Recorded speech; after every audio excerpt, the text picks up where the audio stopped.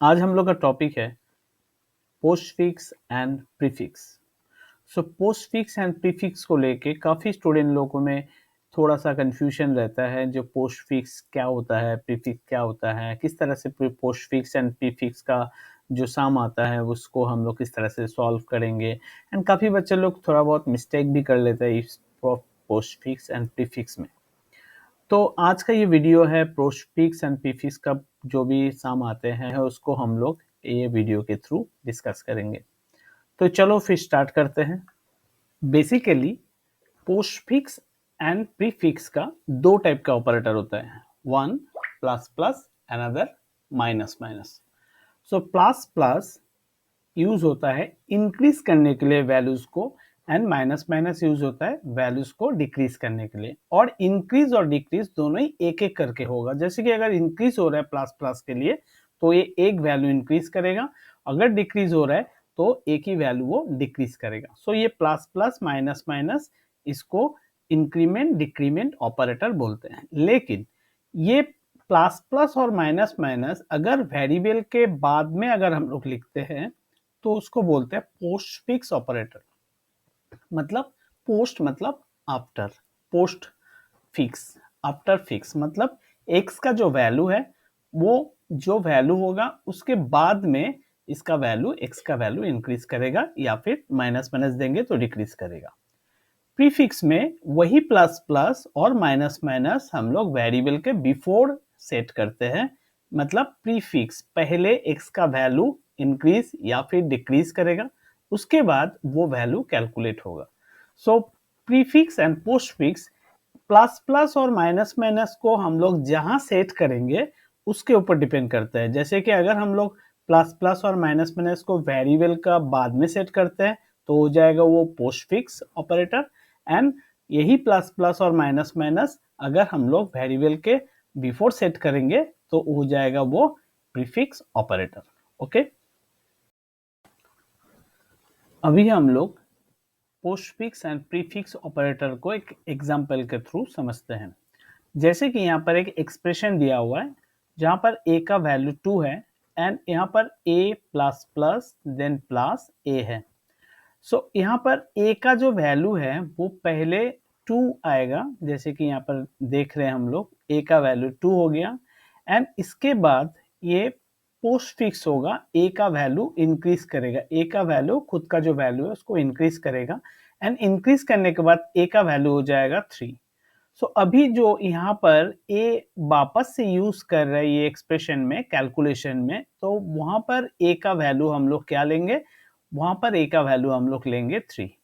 तो पहले यहाँ पर a का वैल्यू 2 लेंगे, उसके बाद a का वैल्यू पोस्टफिक्स होके मतलब इसका वैल्यू इंक्रीज हो गया। इंक्रीज होने के बाद ये यहाँ पर a को जब हम लोग दोबारा यूज करेंगे तो इसका वैल्यू हो जाएगा 3। तो इसके बाद ए एंड बी मतलब ये 2 एंड 3 दोनों मिला के ये प्लस करके अभी ए का वैल्यू हो गया 5। तो ये हो गया एक पोस्टफिक्स का एग्जांपल। अभी प्रीफिक्स का एग्जांपल देख लेते हैं। जैसे कि यहाँ पर ए का वैल्यू 3 है। सो ये ए का वैल्यू ये प्रीफिक्स है, मतलब पहले प्लस प्लस दिया हुआ है तो ए का वैल्यू पहले ही ये इंक्रीज करके ए का वैल्यू हो जाएगा 4, मतलब यहाँ पर ये 4 आएगा। इसके बाद प्लस एंड यहाँ पर जब a का वैल्यू को हम लोग लिखेंगे तो इधर भी a का वैल्यू जो है वहां पर भी हम लोग 4 ही लिखेंगे, क्योंकि a का वैल्यू खुद का वैल्यू जो है वो चेंज हो गया एंड वो 4 हो गया, इसीलिए हम लोग यहाँ पर 4 4 लिखेंगे, मतलब 4 प्लस 4। एंड फाइनली a का वैल्यू हो जाएगा 8। तो इस तरह से हम लोग प्रीफिक्स एंड पोस्टफिक्स ऑपरेटर को यूज करेंगे। तो अभी प्रीफिक्स एंड पोस्टफिक्स का जो डिफरेंस है वो एक बार देख लेते हैं। पहले prefix operator. Prefix operator it works on the principle of change then use. मतलब प्रीफिक्स में क्या होता है, पहले a का वैल्यू मतलब जो भी वेरिएबल होगा वो पहले चेंज होगा, उसके बाद वो यूज होगा। यहाँ पर एक एग्जांपल के थ्रू देख लेते हैं। जैसे कि a का वैल्यू यहाँ पर 99 है। सो प्रीफिक्स मतलब पहले प्लस प्लस या फिर माइनस माइनस देना। तो a का वैल्यू पहले चेंज होगा, a का खुद का वैल्यू पहले चेंज होगा एंड आफ्टर चेंज ये b को वही वैल्यू से वो असाइन करेगा। तो इसलिए प्रीफिक्स को हम लोग बोल सकते हैं change then use. And postfix को हम लोग बोलेंगे use then change. It works on the principle of use then change. Means a यहाँ पर एक वैल्यू है, वेरिएबल है, जहां पर ये 99 असाइन किया हुआ है. अभी यहाँ पर a को पहले b में असाइन होगा. a का जो ओरिजिनल वैल्यू है वो पहले b में असाइन होगा. सो a का ओरिजिनल वैल्यू 99 है, वो b में असाइन होगा, तो इसके बाद a का वैल्यू इंक्रीज होगा. मतलब पहले यूज हो रहा है, उसके बाद इंक्रीज हो रहा है. तो इसका जो यहाँ पर b में कौन सा वैल्यू आएगा, b में ये वैल्यू स्टोर करेगा आफ्टर इंक्रीमेंट, दैट इज 100, क्योंकि a का वैल्यू 99 है. बट पोस्ट फिक्स का केस में क्या होगा, b में वो स्टोर करेगा 99, लेकिन a का वैल्यू बाद में इंक्रीज होके 100 हो जाएगा. ठीक है. सो प्रीफिक्स जो है it is written before the operands. Prefix जो है वो हम लोग ऑपरेंड्स जो है a यहाँ पर ऑपरेंड्स है उसके आगे लिखते हैं, एंड पोस्ट फिक्स हम लोग आफ्टर द ऑपरेंड्स लिखते हैं. मतलब ये a ऑपरेंड्स है एंड उसके बाद हम लोग ये पोस्ट फिक्स ऑपरेटर को लिखते हैं. अभी हम लोग एक एग्जांपल के थ्रू इसको देखते हैं. जैसे कि यहाँ पर एक एग्जांपल है, a का वैल्यू 10 है, b का वैल्यू 20, c का वैल्यू 9 है. यहाँ पर एक एक्सप्रेशन दिया हुआ है, इस एक्सप्रेशन को अभी हम लोग सॉल्व करेंगे. तो सबसे पहले जो एक्सप्रेशन है इसको हम लोग यहाँ पर लिख लेंगे. इसके बाद हम लोग जो यहाँ पर वैल्यू है c का जो यहाँ पर वैल्यू है वो c9 है, तो यहाँ पर प्री डिक्रीमेंट हो रहा है, तो c का वैल्यू यहाँ पर हम डिक्रीज होके हो जाएगा 8, प्लस b का वैल्यू है 20. तो b का कुछ प्लस प्लस माइनस माइनस नहीं है, यहाँ पर जो b का फ्रेश वैल्यू है वही यहाँ पर लिखेंगे.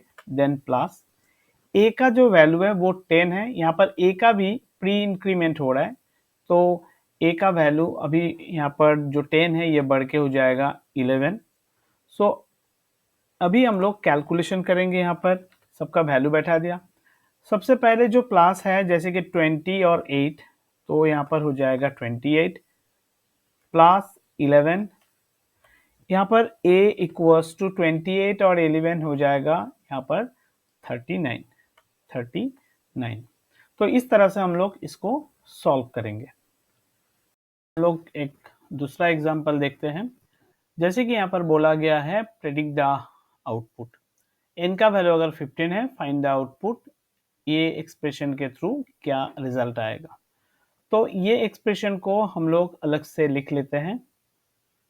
सो अभी n का वैल्यू है यहाँ पर 15.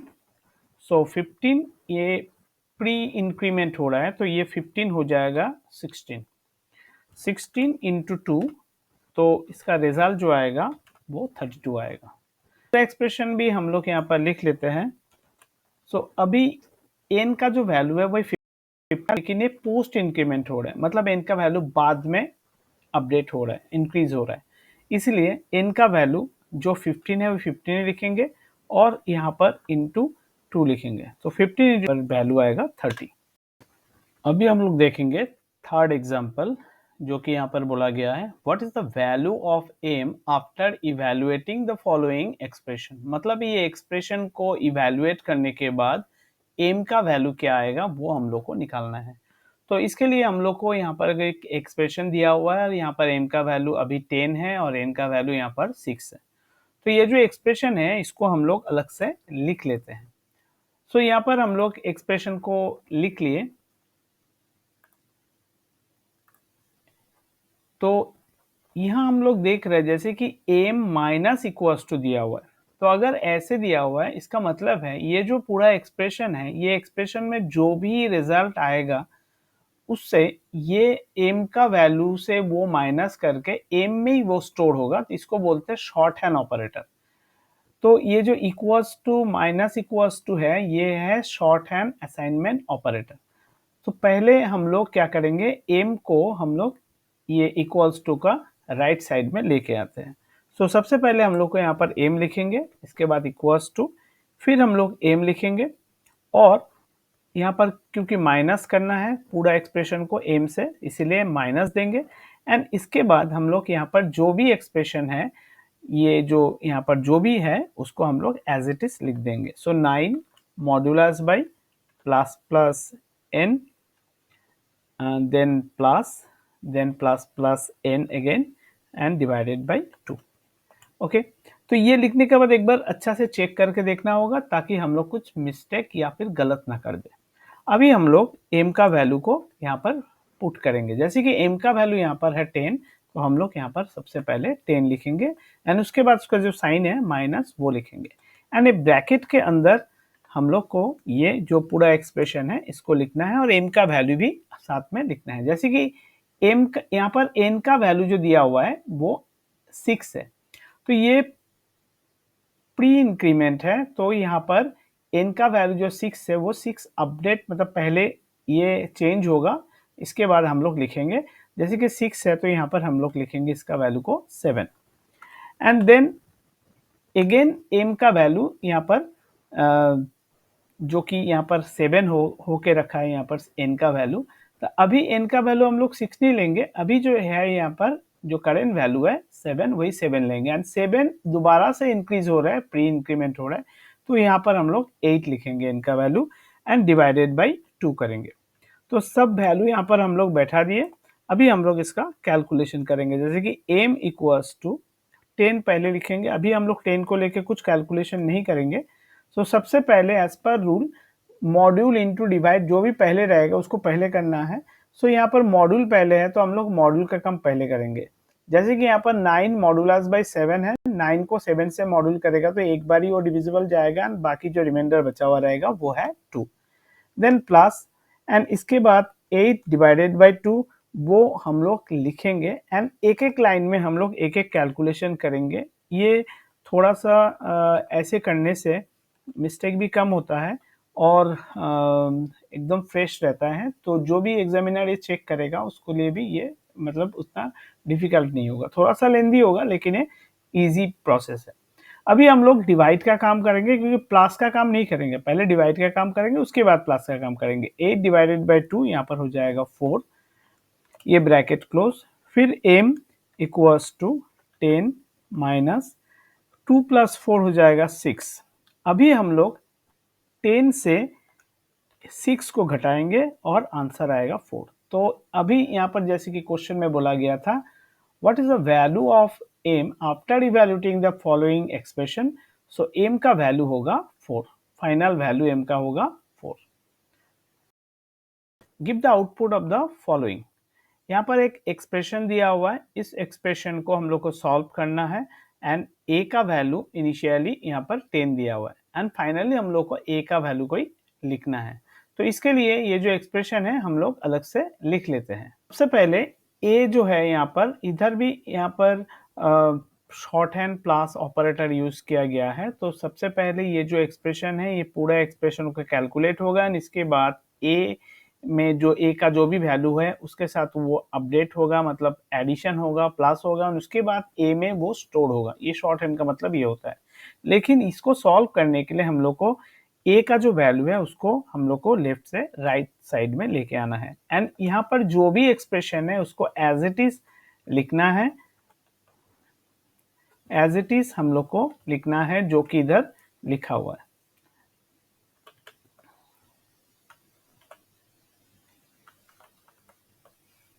ये लिखने का टाइम में हम लोग का कुछ भी मिस्टेक ना हो, इसमें ध्यान देना पड़ेगा ताकि हम लोग कभी कभी रिपीटेड लिखने का टाइम में ये गलत कर देता है, थोड़ा सा मिस्टेक भी आंसर गलत होगा, पूरा मेहनत हम लोग का एकदम कुछ रिजल्ट नहीं मिलेगा मेहनत का। सो अभी a का जो वैल्यू है वो लिखते हैं। a का वैल्यू है यहाँ पर 10, तो हम लोग 10 लिख दिए, देन प्लस एंड ब्रैकेट के अंदर a का वैल्यू हम लोग यहाँ पर 10 ही लिखेंगे एंड उसके बाद इसका जो साइन है प्लस वो देंगे। लेकिन इसको हम लोग को ध्यान में रखना पड़ेगा, a का वैल्यू इंक्रीज हो गया, मतलब a का ये पोस्ट इंक्रीमेंट है, सो a का वैल्यू तो हम लोग 10 लिख दिए जो कि ओरिजिनल वैल्यू है, ये a का वैल्यू बाद में इंक्रीज होके इसका वैल्यू 10 से 11 हो गया। अगर हम लोग चाहते हैं तो इसका वैल्यू इधर जो है, जो अगर हम लोग कॉपी और पेन से करेंगे तब इसका वैल्यू हम लोग याद रखने के लिए इसका वैल्यू भी हम लोग चेंज कर सकते हैं साइड बाय साइड, नहीं तो फिर हम लोग को माइंड में रखना पड़ेगा। सो a का वैल्यू यहाँ पर 11 हो गया। अभी a का वैल्यू यहाँ पर 11 है, ये प्री इंक्रीमेंट हो रहा है तो यहाँ पर हम लोग a का वैल्यू 12 लिखेंगे। ओके एंड देन प्लस, अभी इधर भी प्री डिक्रीमेंट हो रहा है, सो 12 तो ए का वैल्यू अभी हो गया फाइनल, यहाँ पर 12 माइनस माइनस होगा तो यहाँ पर अगेन 11 हो जाएगा, एंड प्लस यहाँ पर ए का वैल्यू यहाँ पर 11 हुआ था और इधर यहाँ पर ये बाद में पोस्ट डिक्रीमेंट हो रहा है, इसीलिए यहाँ पर ए का जो अभी फ्रेश वैल्यू है 11 उसी को लेंगे, लेकिन अभी ए का वैल्यू दोबारा से 10 हो गया क्योंकि ये 11 तो यहाँ बैठ गया, इसके बाद ये माइनस माइनस होकर 10 हो गया। ओके, अभी हम लोग ब्रैकेट के अंदर का जो है उसको हम लोग यहाँ पर सॉल्व करेंगे। सो 10 एज इट इज लिखेंगे जो कि है यहाँ पर, एंड ब्रैकेट के अंदर का जो है वो उसको सॉल्व करें। ब्रैकेट का एक ही ऑपरेटर है, यहाँ पे सारा प्लस है, सो 10 प्लस 12 हो जाएगा 22 प्लस 11 प्लस 11। तो अभी हम लोग एक ही लाइन में एक ही कैलकुलेशन करेंगे, ऐसे बोला था तो वही रूल्स को हम लोग फॉलो कर रहे हैं। सो 11 प्लस 22 हो जाएगा 33 प्लस 11, सो यहाँ पर a इक्वल्स टू 10 प्लस यहाँ पर हो जाएगा 44। अभी हम लोग ब्रैकेट को हटा सकते हैं, सो a का वैल्यू हो जाएगा यहाँ पर 54, तो a का फाइनल वैल्यू होगा यहाँ पर 54। एग्जाम्पल है, example number 5, if y equals to 10 then find the, expression यहाँ पर दिया हुआ है, इसको हम लोग को फाइंड करना है। तो इसके लिए हम लोग को एक्सप्रेशन को दोबारा यहाँ पर लिखना पड़ेगा, लिख लिए, एंड अभी z इक्वल्स टू, अभी हम लोग यहाँ पर y का वैल्यू को बैठाएंगे। y का वैल्यू यहाँ पर 10 दिया हुआ है, सो यहाँ पर प्री इंक्रीमेंट किया हुआ है, सो y का वैल्यू 10 है, ये प्लस प्लस होके y का वैल्यू हो जाएगा यहाँ पर 11 हो जाएगा। अभी इंटू देंगे एंड इसके बाद दोबारा यहाँ पर ब्रैकेट है, सो y का वैल्यू अभी ये पोस्ट इंक्रीमेंट है, बाद में इंक्रीमेंट किया गया है, तो y का वैल्यू जो यहाँ पर 11 होके रखा था वही 11 हम लोग यहाँ पर सेट करेंगे, मतलब लिखेंगे, एंड इसके बाद हम लोग प्लस 5, लेकिन y का जो वैल्यू है वो आफ्टर 11 लिखने के बाद यहाँ पर y का वैल्यू अपने से वो 12 हो जाएगा, लेकिन अभी y का कोई यहाँ पर जरूरत नहीं है, इसलिए y का वैल्यू क्या है वो हम लोग का लिखना नहीं है। लेकिन अगर कभी कभी ये पूछता है what is the final value of y, तब हम लोग को ये y का वैल्यू क्या है वो याद रखना है, ठीक है। सो अभी हम लोग इसको कैलकुलेट करते हैं। z इक्वल्स टू, ब्रैकेट में जो इनसाइड ब्रैकेट में है उसका काम हम लोग को पहले करना पड़ेगा, एंड यहाँ पर 11 प्लस 5 हो जाएगा 16, 11 प्लस 5 हो जाएगा 16, एंड अभी हम लोग z इक्वल्स टू लिखेंगे 11 और 16 को मल्टीप्लाई करेंगे तो 176 आएगा। ओके, सो ये हो गया z का वैल्यू। नेक्स्ट है एग्जांपल नंबर 6, जो कि क्वेश्चन है यहाँ पर, what is the value of k after evaluating ये एक्सप्रेशन। ये जो एक्सप्रेशन यहाँ पर दिया हुआ है इसको इवैल्यूएट करने के बाद क्या आंसर आएगा। सो इसके लिए हम लोग को फ्रेश करके जो एक्सप्रेशन यहाँ पर दिया हुआ है उसको हम लोग को लिख लेना है। लिख लिए, अभी हम लोग यहाँ पर k का जो वैल्यू है उसको हम लोग इस तरफ लेके आएंगे राइट साइड में, k equals to k plus, and यहाँ पर जो भी वैल्यू है उसको हम लोग को एज इट इज लिखना है। सो एज इट इज हम लोग यहाँ पर इसको लिख लिए। ओके, अभी इसका वैल्यू को हम लोग को पुट करना है, जैसे कि k इक्वल्स टू, k का जो वैल्यू है यहाँ पर 4 है तो हम लोग यहाँ पर 4 लिखेंगे, then plus, then bracket, m का जो वैल्यू है यहाँ पर 5 है, सो ये 5 m जो है वो प्री डिक्रीमेंट हो रहा है, तो हम लोग यहाँ पर m का वैल्यू को 4 लिखेंगे, 4 modulus by 5 and bracket close, फिर इनटू, एंड ब्रैकेट में m का वैल्यू होगा यहाँ पर, अभी जो m का वैल्यू यहाँ पर 4 हो गया था तो ये पोस्ट इंक्रीमेंट है, तो हम लोग यहाँ पर 4 ही लिखेंगे क्योंकि ये उसके बाद ये इंक्रीज होगा, एंड इसके बाद हम लोग इनटू देंगे एंड ब्रैकेट यहाँ पर 10, देन प्लस, एंड r का वैल्यू यहाँ पर, r का वैल्यू 3 है तो हम लोग यहाँ पर 3 को लिखेंगे क्योंकि ये बाद में r का वैल्यू प्री इंक्रीमेंट हुआ। अभी यहाँ पर हम लोग कैलकुलेशन करेंगे, जैसे कि यहाँ पर 4 प्लस, एंड ब्रैकेट में 4 को अगर 5 से मॉड्यूल करेगा तो यहाँ पर जो आंसर आएगा वो है 4, क्योंकि छोटा नंबर को बड़ा नंबर से मॉडल करने से छोटा नंबर ही आता है, क्योंकि डिविजिबल नहीं जाएगा।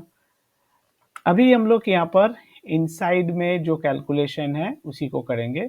जैसे 4 इंटू यहाँ पर 10 प्लस 3, 10 प्लस 3 यहाँ पर हो जाएगा 13। यहाँ पर एक ब्रैकेट मिस हो गया था। ओके, सो अभी कैलकुलेशन करेंगे, जो कि नेक्स्ट स्टेप 4 एंड प्लस, अभी यहाँ पर 4 लिखेंगे again and into and bracket में 13 इंटू 4। 13 इंटू 4 कितना होगा? जैसे कि 3 4 ज़ा 12, 52 होगा। ओके, अभी k इक्वल्स टू 4 प्लस यहाँ पर 4 इंटू 52 होगा। जैसे कि 4 इंटू होगा 208, 208। अभी k इक्वल्स टू 208 एंड 4 हो जाएगा 212। तो स्टूडेंट आज के लिए इतना ही। आई होप ये प्रीफिक्स एंड पोस्टफिक्स का जो कॉन्सेप्ट है ये समझ में आया होगा। अगर नहीं समझ में आया तो प्लीज़ कमेंट करना। Thank you for watching. बहुत जल्दी मिलते हैं नेक्स्ट वीडियो के साथ।